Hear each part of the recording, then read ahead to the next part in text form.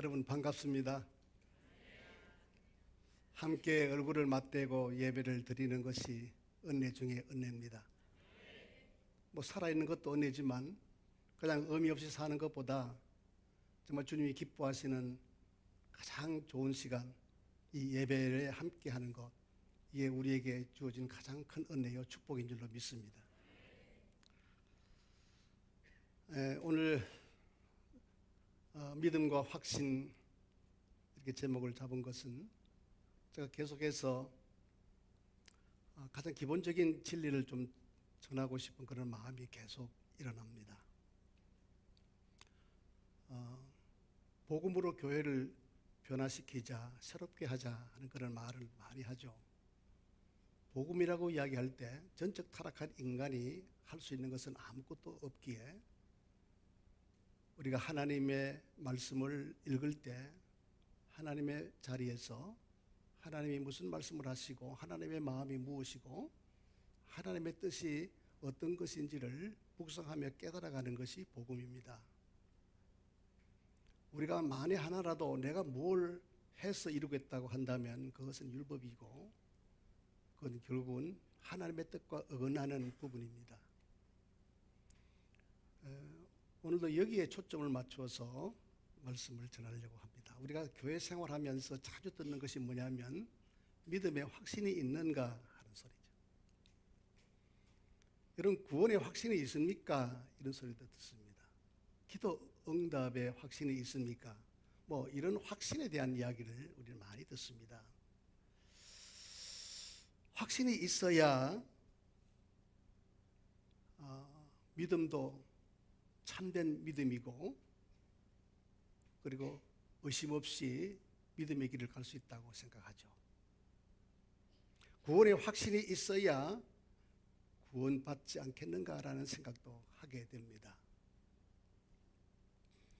그래서 확신이 없는 믿음은 믿음이 아니라고 생각하고 확신이 없는 구원은 구원받을 수 없다고 생각하고 있기 때문에 교회 안에 대부분의 많은 사람들의 생각 속에 어떻게 하면 확신을 가질 수 있을까라고 고민하죠. 특히 단도직입적으로 당신 구원에 확신이 있습니까? 라고 질문해 오면 당황하죠. 그래서 그는 확신이 서지 않을 때 내가 구원받지 못했구나 하는 생각도 하게 됩니다. 여러분, 믿습니다, 믿습니다라고 말을 반복하면 확신이 생길까요? 하지만 반복하여 말하는 것은 자기 쇠뇌일 뿐입니다. 믿습니다라고 하는 말을 반복해서 외치게 되면 그 말이 자기 마음에 새겨지게 되고 자신도 모르게 스스로 나는 믿는 자로 착각하게 된다는 거죠. 반복으로 인한 반복의 효과라고 할 수 있습니다. 그러나 이것은 다분히 심리적인 요소입니다.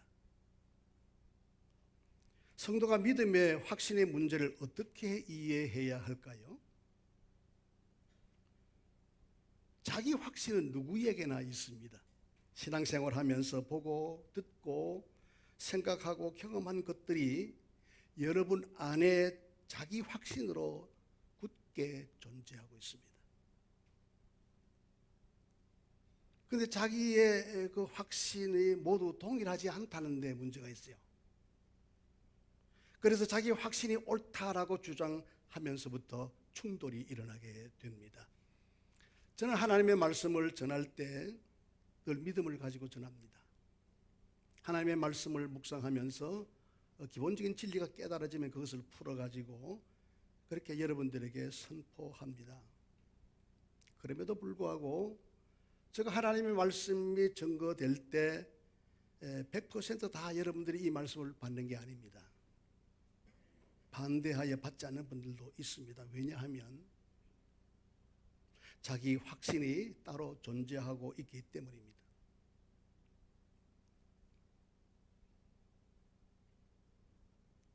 문제는 누구의 확신이 맞는가?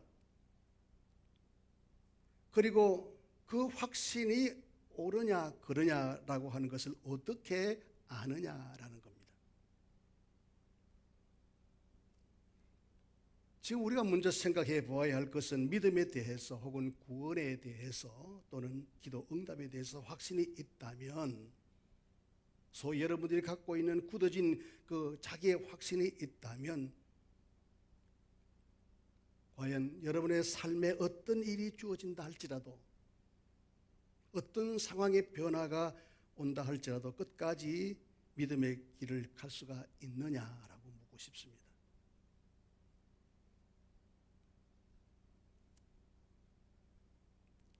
사실 불가능하지요.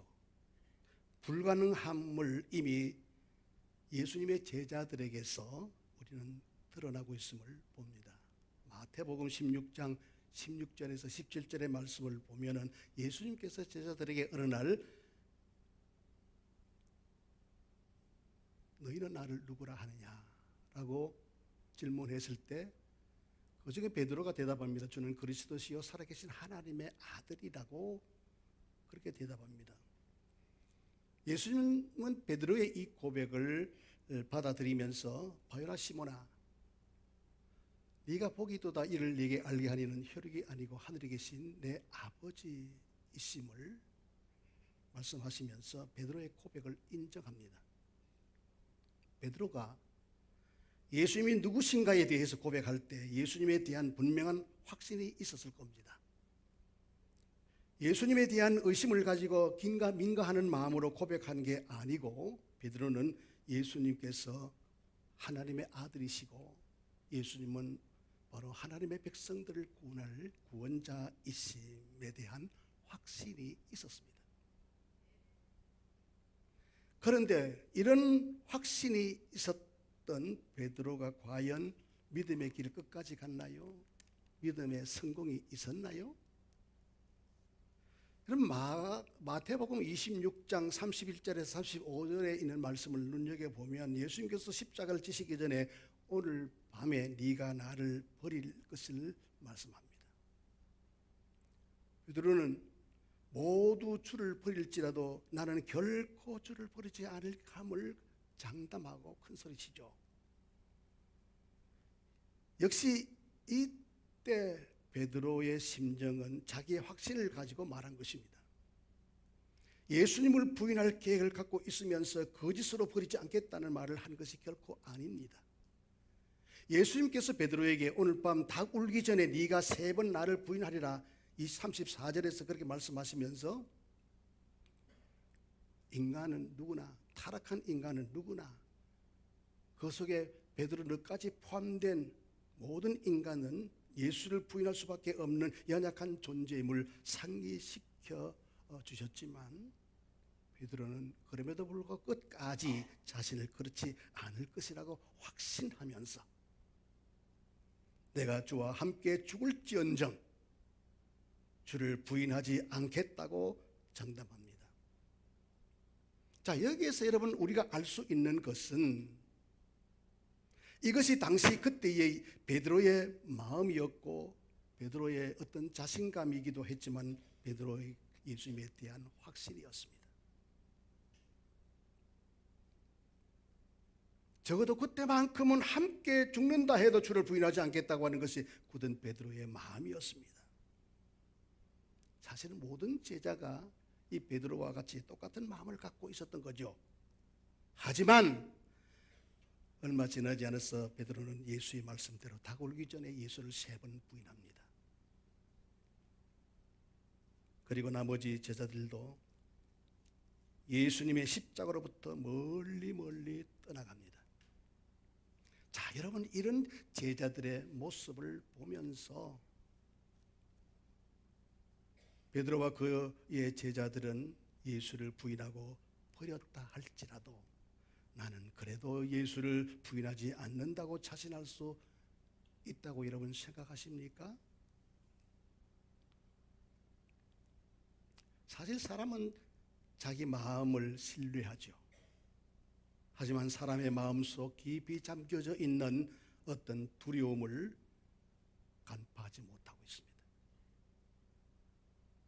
어떻게 자기의 실패가 찾아왔을 때, 완전히 인생의 탑이 무너질 때, 그리고 바로 죽음 앞에 서게 되면 두려워하는 연약함이 있다는 사실을 놓치고 있습니다. 이것이 베드로였습니다. 예수님께서 네가 3번 나를 부인하리라고 하신 것은 바로 인간에게 있는 두려움을 예수님께서 보셨기 때문에, 자기 생존의 문제에 있어서는 한없이 연약해질 수밖에 없는 것이 인간임을 보셨기 때문에 예수님은 베드로의 그토록 장담하면서 확신에 찬 말로 나는 예수를 부인하지 않겠다고 했음에도 불구하고 주님은 나를 부인할 것을 말씀하신 것입니다. 여기에서 우리가 잊지 말아야 할 것은 인간의 자기 확신은 믿음을 지탱해 줄 수 있는 힘이 결코 되지 못한다는 것입니다. 믿음에 확신이 있다고 그것을 믿음이라고 말할 수가 없고, 구원에 확신이 있다고 해서 구원받았다고 말할 수 없는 것입니다. 예수님에 대한 확신을 아무리 갖는다 해도 사람은 누구나 생명의 위협이 오게 되면 속에 있는 두려움이 여지없이 고개를 들면서 내가 살아야겠다라고 하는 인간의 욕망, 본능, 바로 그 길로 갈 수밖에 없는 것이 인간이죠. 믿음에 대한 확신이 믿음이 될 수가 없는 겁니다. 구원에 대한 확신이 있다고 해서 구원받을 수 있는 것이 결코 아닙니다. 그러므로 믿음의 확신을 갖자 하는 것은 별 의미가 없을 뿐만 아니라 믿음에 대한 잘못된 이해에서 비롯되는 것입니다.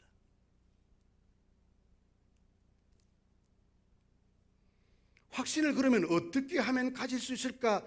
그러므로 고민할 필요가 없는 겁니다.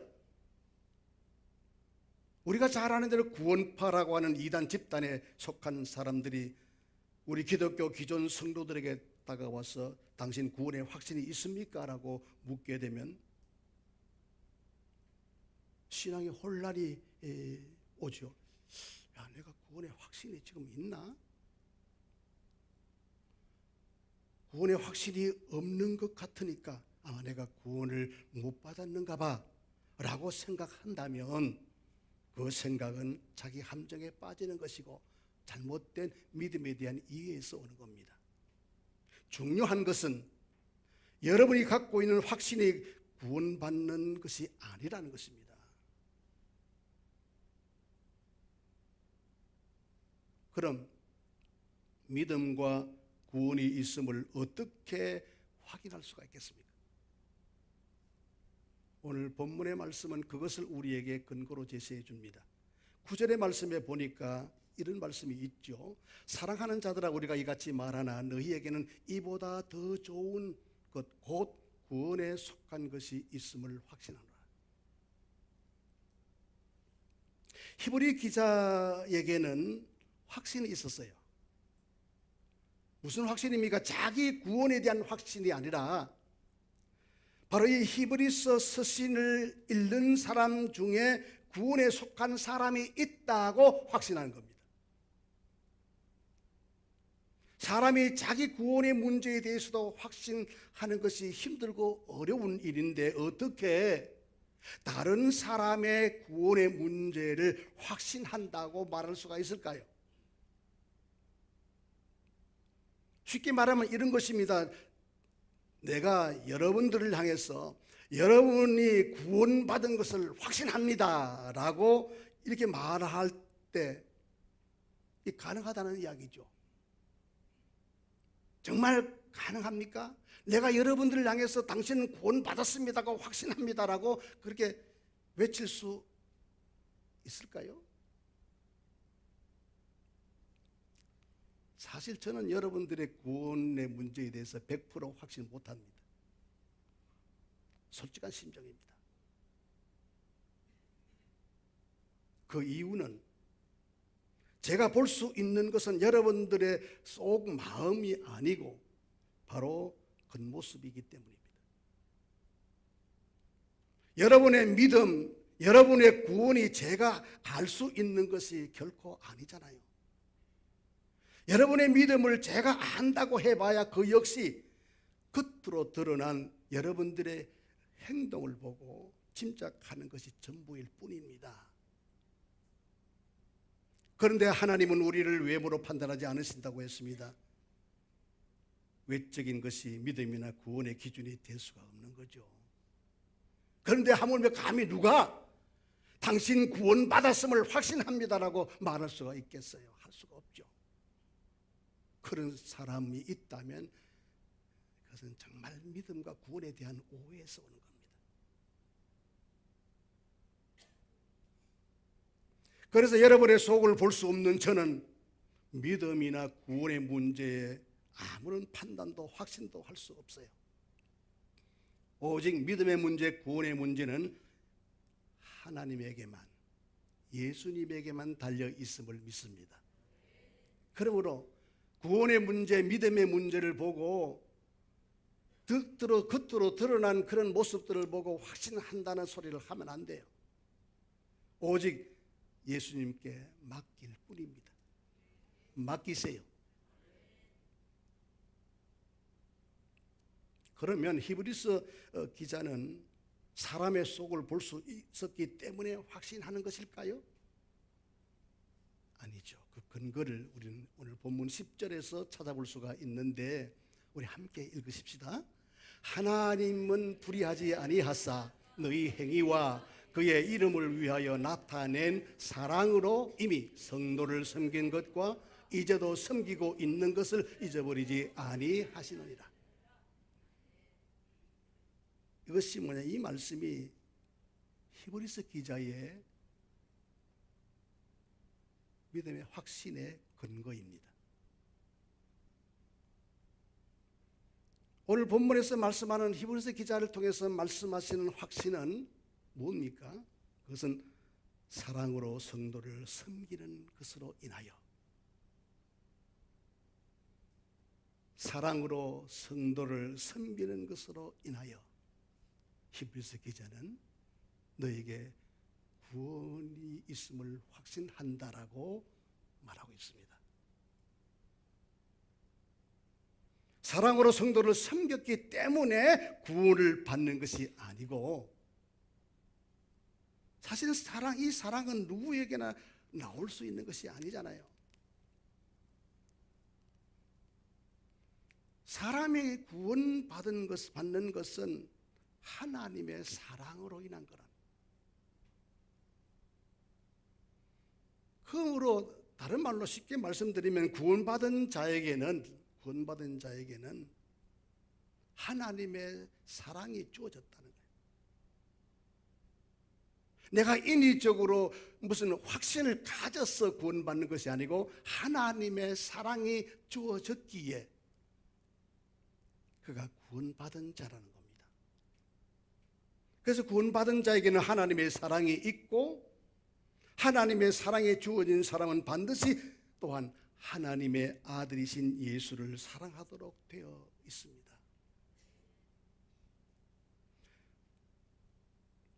주를 사랑하게 됨으로써 그에게는 하나님의 사랑이 주어졌고, 그로 인해서 그가 구원받은 자라는 것이 증거되는 거예요.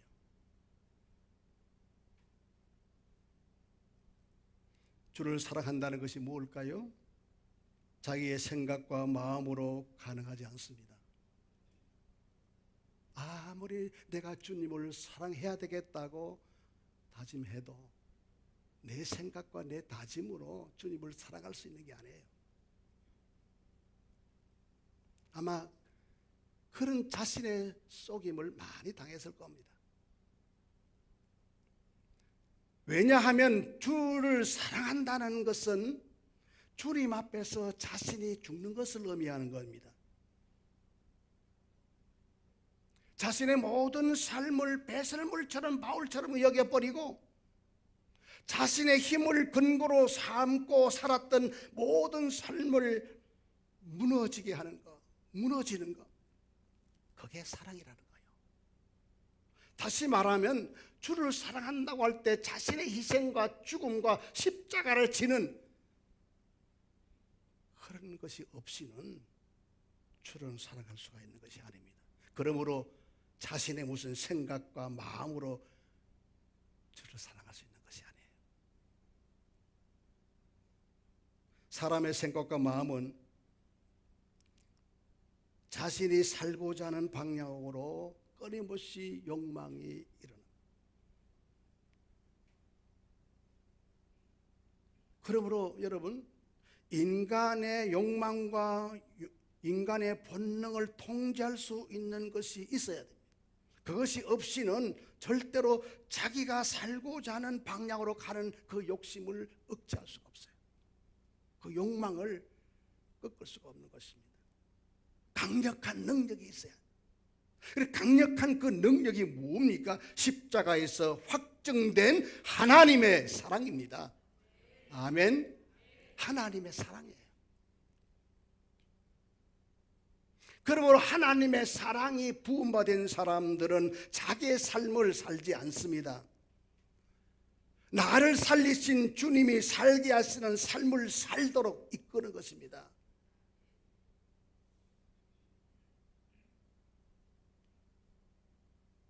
그렇게 살도록 하는 그 근거는 하나님의 사랑이 부어졌을 때 내 안에 있는 두려움을 내어 쫓기 때문이에요. 요한일서 4장 18절 말씀 같이 읽었습니다. 사랑 안에 두려움이 없고 온전한 사랑이 두려움을 내어 쫓나니 두려움에는 형벌이 있습니다. 두려워하는 자는 사랑 안에서 온전히 이루지 못하였느니라. 아멘. 그러므로 성도들이 내가 믿는다, 나는 구원받는다 라고 하는 자기 확신 그리고 자기의 생각을 버려야 합니다. 대신 하나님의 사랑이 자기 백성들을 구원에 이르게 한다는 것을 믿어야 합니다. 내가 아니라 하나님이 하시는 일에 확신을 두는 거예요.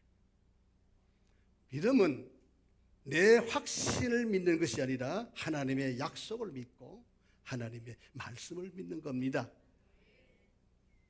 이스라엘 백성들이 확신이 없어서 실패한 것이 아니에요. 이스라엘 백성들에게도 변할 수 없는, 달라질 수 없는 굳건한 자신들의 확신이 있었습니다. 곧 자기들만이 하나님의 백성이고 자기들만이 구원받은 자라고 하는 그런 확신이 있었어요. 그들은 자신들만이 하나님을 사랑한다라고 생각했습니다. 그러나 그들은 그들의 생각이었을 뿐 하나님께서는 그들의 사랑을 인정하지 않으셨습니다. 왜냐하면 그들에게는 하나님의 사랑이 없었기 때문입니다. 그들은 율법을 지키는 것이 하나님을 사랑하는 것이라고 여겼죠. 자기들이 하나님을 사랑하는 그 사랑으로 구원에 이른다라고 생각했습니다. 즉 율법을 지킴으로 그것이 하나님을 사랑하는 것으로 생각하고 구원에 이른다라고 생각했습니다. 그러나 하나님은 그들을 향해서 하나님의 사랑이 주어지지 않았다는 거죠. 왜? 하나님의 사랑이 주어진 자에게는 하나님의 아들 예수를 사랑하게 되어 있기 때문입니다. 이스라엘은 하나님의 아들 예수를 사랑하지 않았습니다. 결국은 예수를 십자가에 못 박습니다. 그것이 그들에게 하나님의 사랑이 없다는 증거입니다. 하나님의 사랑이 있으면 우리 주님을 사랑하고 또한 이웃 형제를 섬김으로 나타내게 되어 있습니다.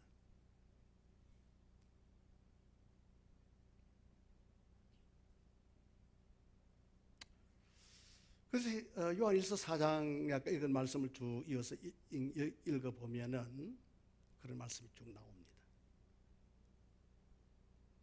그러므로 주님을 사랑한다는 것, 이웃을 섬긴다는 것, 그것은 내 마음과 내 생각으로 되는 것이 아니라 하나님의 사랑으로만 가능하다.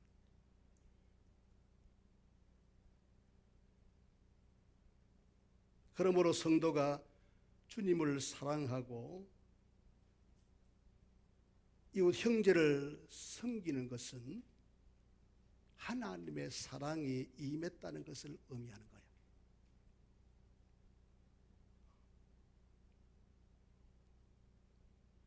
그런데 우리가 하나님을 몰랐을 때 하나님은 먼저 우리에게 다가오셨습니다. 그리고 먼저 하나님이 우리를 사랑하셨습니다. 부활하신 예수님께서 세 번째 고기 잡는 제자들에게 나타나셨습니다. 아침 조반을 다 제자들과 함께 드시고 난 다음에 부활하신 예수님께서 제자들에게 다가오셨습니다. 그리고 베드로에게 이렇게 말씀하셨습니다.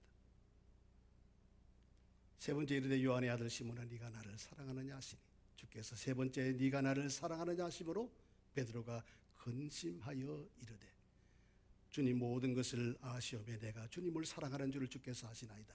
예수께서 이르시되 내 양을 먹여라. 이 말씀을 자세히 묵상해 보면은 베드로인 내가 주님을 사랑하려고 아무리 다짐하고 마음을 먹고 확신을 가진다 할지라도 주님을 사랑할 수가 없는 거죠. 그러나 주님께서 내게 사랑을 주시면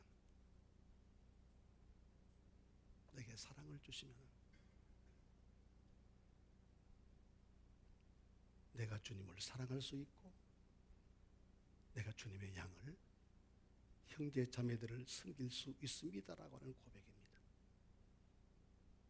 그래서 내가 주님을 사랑하는 줄 주님이 아신다는 거예요.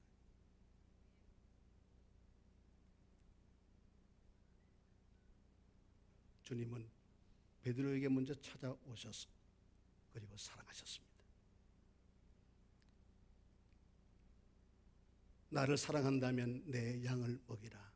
성도를 섬길 것을 당부하셨습니다.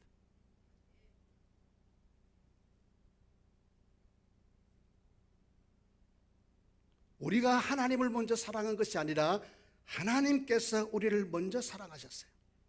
요한일서 4장 19절에 우리가 사랑하면 그가 먼저 우리를 사랑했다라고 말씀하고 있습니다. 우리가 뭐 사랑받을 만한 사람인가요? 아니잖아요. 저주와 멸망의 세상에서 오직 나 자신밖에 모르며 악하게 살았던 우리들, 가장 비천한 나를 주님은 찾아오셔서 택하시고 사랑해 주셨습니다.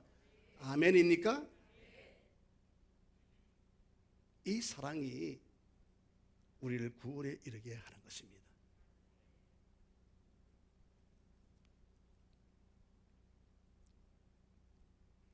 얼핏 보면은 겉으로 보면 섬김이 비슷하죠. 다 섬김이 비슷하게 보입니다. 제가 은퇴한 후에 이제 원로 목사님들 교회에서 초청해 주면 가서 이제 전신 대접 받고 모처럼 이제 만나서 대화도 하고 그런데 참 죄송스럽습니다만은 가서 원로 목사님들이 저에게 늘 하는 말이 있습니다. 선배 원로 목사님들이 전국적으로 이렇게 대접받으며 다니는데 우리 신세계 교회에 와서 느낀 것이 정말 신세계 교회 성도들이 섬겨주는 그 모습 속에서 주님의 사랑을 보았다는 거예요. 아직도 그걸 잊지 못하고 있어요. 지난번에 또 이제 얼마 전에도 우리 신세계 교회에서 원로 목사님들 경기남로의 원로 목사님들 초청했습니다. 거기에 섬기는 분들의 그 목사님과 스태프들과 성도들의 모습을 보면서 저들의 섬김은 다른 교회에서의 섬김보다도 다르다는 거예요. 정말 주님을 사랑하는 마음이 있었기에 눈에 보이지 아니하시는 하나님을 사랑한다는 것은 눈에 보이는 형제를 섬기는 그 모습 속에서 주님의 사랑을 보았다는 거예요. 그 소리 들으니까 기분 나쁘지 않습니다. 저는 좋아요. 은퇴하면 이런저런 외로움이 옵니다. 오해하지 않고 들으십시오. 제가 사실은 은퇴하면서 칼날처럼 꺾겠다고 한 것은 모든 목회 사역을 후임 목사님에게 일임한다는 뜻입니다. 전혀 관여 안 하겠다는 뜻이에요. 그러나 여러분과 나 사이에 끈끈하게 맺어진 인간의 관계는 그걸 끊는다는 것이 아닙니다. 그리고 종종 전화도 주시고 또 밥도 사주세요.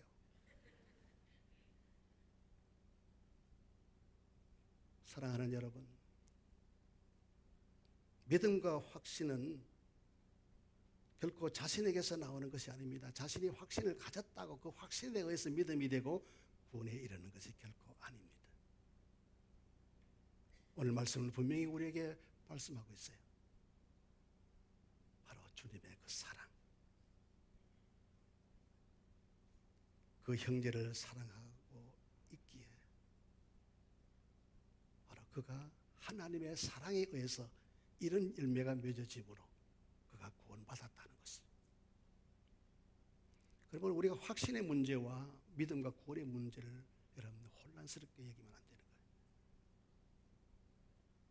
혹시 여기 오신 분들 중에서 혹시나 내가 구원받았는지 안 받았는지 이게 헷갈리고 확신이 안 선다고 했을 때 자유하시기를 바랍니다. 그런 분들은 고민하지 마세요. 여러분의 가슴 속에 주님이 사랑하셨던 그 먼저의 사랑이 내 가슴 속에 있다면 그 사랑으로 주님을 사랑하고 눈에 보이는 형제를 사랑하게 되는 줄로 믿습니다. 할렐루야. 그래서 우리가 모두 함께 주님을 사랑하고 함께 서로 섬길 수 있다는 것이 얼마나 감사해요. 이게 행복이고 이게 복이죠. 이런 기쁨과 즐거움이 우리 모두에게 충만하게 우리 가슴 속에 채워지게 있기를 주의 이름으로 축복합니다. 기도하겠습니다.